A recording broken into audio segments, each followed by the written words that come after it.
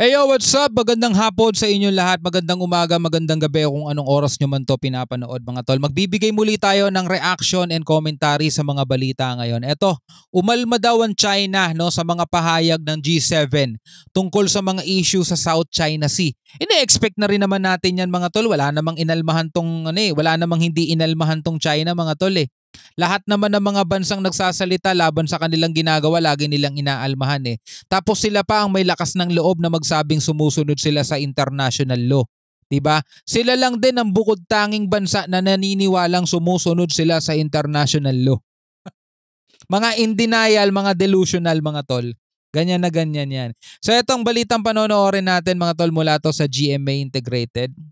Bago natin to simulan, ay kahit kita huwag mong kalimutan mag-subscribe GMA at dito sa ating YouTube channel kung trip mo yung mga ganitong klaseng commentary and reaction video mga tol, at paki-like na rin po itong ating video para mas dumami pa ang makapanood at dumami pa ang mga taong mas aware at magising at mabawasan ng mga pro-China dito sa Pilipinas mga tol. So wag na natin patagalin pa, panoorin na natin to mga kapatid.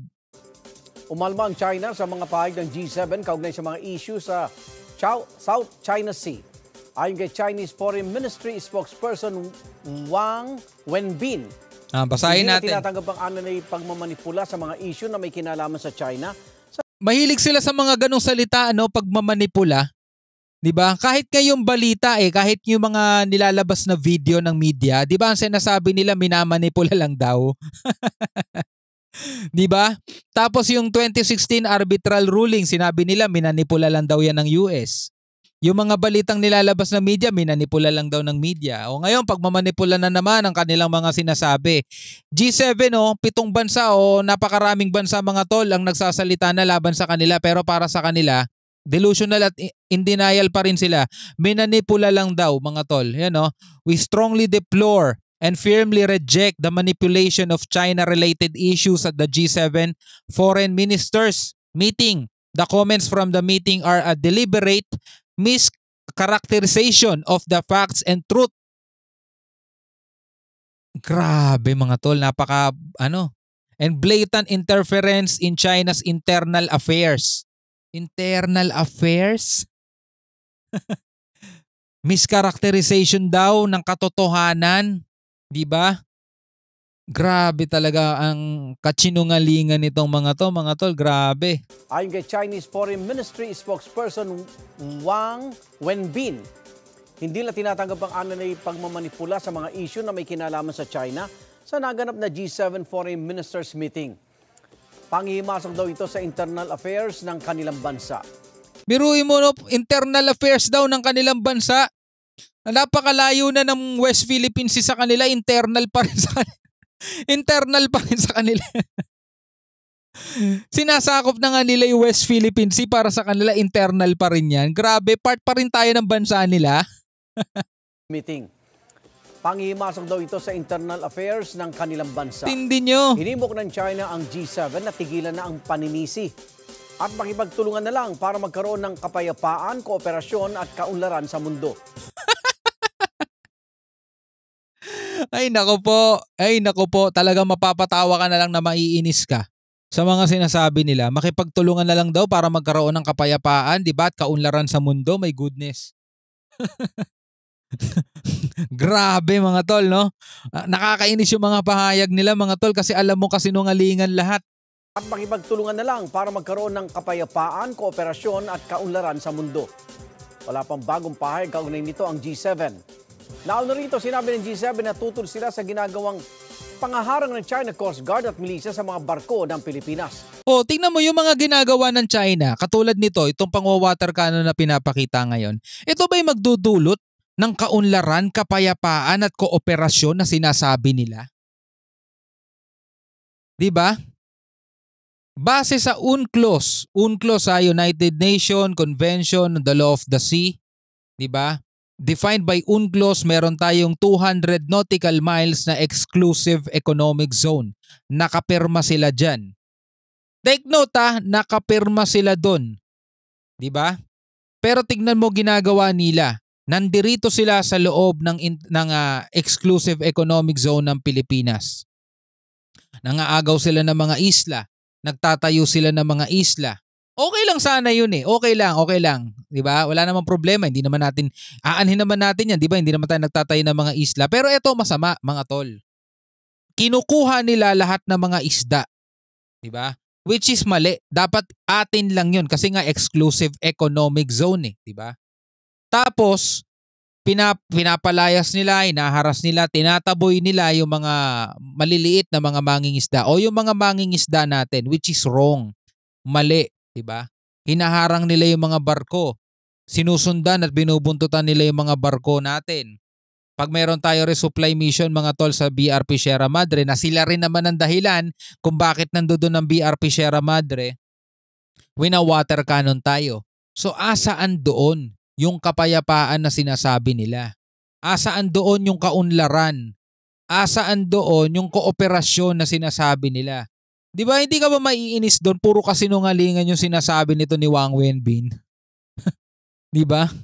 Sa ginagawang pangaharang ng China Coast Guard at milisya sa mga barko ng Pilipinas. Ang G7 ay binubuo ng mga kinatawan ng Canada, France, Germany, Italy, Japan, United Kingdom, Amerika at European Union. Grabe, tindi ng pagkatigas ng mga mukha nito mga Chequan to, no? Igan, mauna. No, sa pangunguna ni Xi Jinping mga tol. No, eto naman sa isang balita mga kapatid mula sa UNTV News. Presensya ng China habang nagsasagawa ng balikatan exercises sa West Philippine Sea, may malaking posibilidad, sabing gano'n ng AFP mga tol. So may malaking posibilidad daw yung presensya ng China habang nagsasagawa ng balikatan exercises. Kasi nga mga tol, yung balikatan exercises ay gagawin natin sa labas ng territorial waters natin. Tulad nga no sinabi natin sa mga nakaraang reaction video, ang Pilipinas 12 nautical miles ang ating territorial waters. Teritoryo talaga natin yon as in. Bawal pumasok at bawal dumaan doon nang walang pahintulot yung mga ibang barko. 'Di ba? Pero dito sa 200 nautical miles after ng 12 nautical miles up to 200 nautical miles, yan naman ang exclusive economic zone natin. Yun yung West Philippine Sea na tinatawag natin. Yung dito sa may bandang bahagi ng West, mula Palawan hanggang doon sa taas, mga tol. Diba? Yan ang ating West Philippine Sea. So, yan dyan namamalagi. Diyan nagtitipon-tipon yung mga barko ng China, militia vessels, Coast Guard ng China. So yung presensya talaga nila ay may malaking posibilidad. Kasi nga, dyan tayo magsasagawa ng exercises. Kasi dati ang exercises natin, ginagawa natin sa karagatan mismo ng Pilipinas, sa territorial waters natin. Kasi ngayon, lalabas tayo ng territorial waters at aabutin natin up to 200 nautical miles. So yung dulo ng exclusive economic zone ng Pilipinas, mga tol. So para malinaw lang sa inyong lahat yan. No? So tuloy natin to. Sa pamamagitan ng unfurling ng bandila ng balikatan, udyat ng opisyal na pagsisimula ng balikatan exercise ngayong taon. Ito na ang pang-39 na edisyon ng taunang bilateral military exercise sa pagitan ng Armed Forces of the Philippines at US military personnel. Alinsunod sa Mutual Defense Treaty, ang Visiting Forces Agreement ay nilagdaan noong 1998. Tagal na, 1998 pa. As the Chief of Staff of the Armed Forces of the Philippines, I officially declare the Philippines-United States Exercise Balikatan 39-2024 open effective today. Ngayong taon ang isa sa pinakamalaking balikatan exercise na lalahukan ng 16,000 sundalong Pilipino at Amerikano. Ayon kay AFP Chief of Staff Pagkakaalam ko 11,000 ang sundalong Amerikano. Ito lang kung di ako nagkakamali. Correct me if I'm wrong na lang mga tol. 5,000 na sundalong Pilipino at 11,000 na Amerikano. No? So kaya naging 16,000 na mga sundalong Pilipino at Amerikano yan. General Romeo Browner Jr., ang balikatan ngayong taon ay patunay ng patuloy na pagsisikap na mapalakas ang kooperasyon, dedikasyon at magkakasamang layunin na mapalakas ang interoperability sa pagitan ng mga tropa ng dalawang bansa. It is not a partnership of convenience, but rather a clear reflection of our shared history, unwavering commitment to democracy, and respect for international law in our pursuit of peace and security in the Indo-Pacific region. Aniya, kasama ang mga bansang may kaparehas na layunin ay maitataguyod ang mapayapa at maunlad na Indo-Pacific region. 'Di ba? Ano ba yung mga kaparehong layunin natin, mga tol? Panatilihin ang kapayapaan diyan. Pag hindi sa'yo, hindi sa'yo. 'Di ba? Ganun lang naman eh. Ewan ko lang mga tol kung bakit maraming Pilipino pa rin ang napapaniwala ng mga propaganda ng pro-China, mga tol. Sinasabi nila ginagawa daw tayong pawn ng US. Lagi nga nating sinasabi mga tol, 'di ba? Kaya nga sana ay mapanood pa 'to ng maraming Pilipino, 'di ba? Na alisin man natin ang Amerika, mga tol, dito. Kasi ang sinasabi ng mga pro-China, sinasabi ng China, kaya daw lumalala ang tensyon sa West Philippine Sea ay dahil daw sa pakikialam ng mga Amerikano. Yun ang sinasabi nila. So ganito mga tol, alisin mo man ang Amerikano dyan. Alisin mo man. Actually, wala naman talaga sila dyan eh. Pero di ba kaya nagkakaroon ng tensyon dahil sa pangaharas at pambubuli ng China? Yun naman talaga ang dahilan mga tol eh. Ewan ko bakit tanga-tangat bulag-bulagan itong ibang Pilipino natin eh. 'Di ba? Nagpapabayad sila para mag-rally sila sa kalsada kahit terikang araw, napakainit, okay lang, no? Ganun talaga eh, willing silang ibenta ang kanilang purit dangal eh para lang sa kakaperanggot na halaga eh. 'Di ba? Kahit naman wala ang Amerika diyan eh. 'Di ba? Patuloy na inaangkin ng China itong ating soberanya. Ito West Philippine Sea, pinapalayas yung mga mangingisda. Winawater cannon mga barko natin, binubuntutan, sinusundan, inaharang. Anong kinalaman ng Amerika doon? 'Di ba? At take note West Philippine Sea pinag-uusapan dito, exclusive economic zone natin.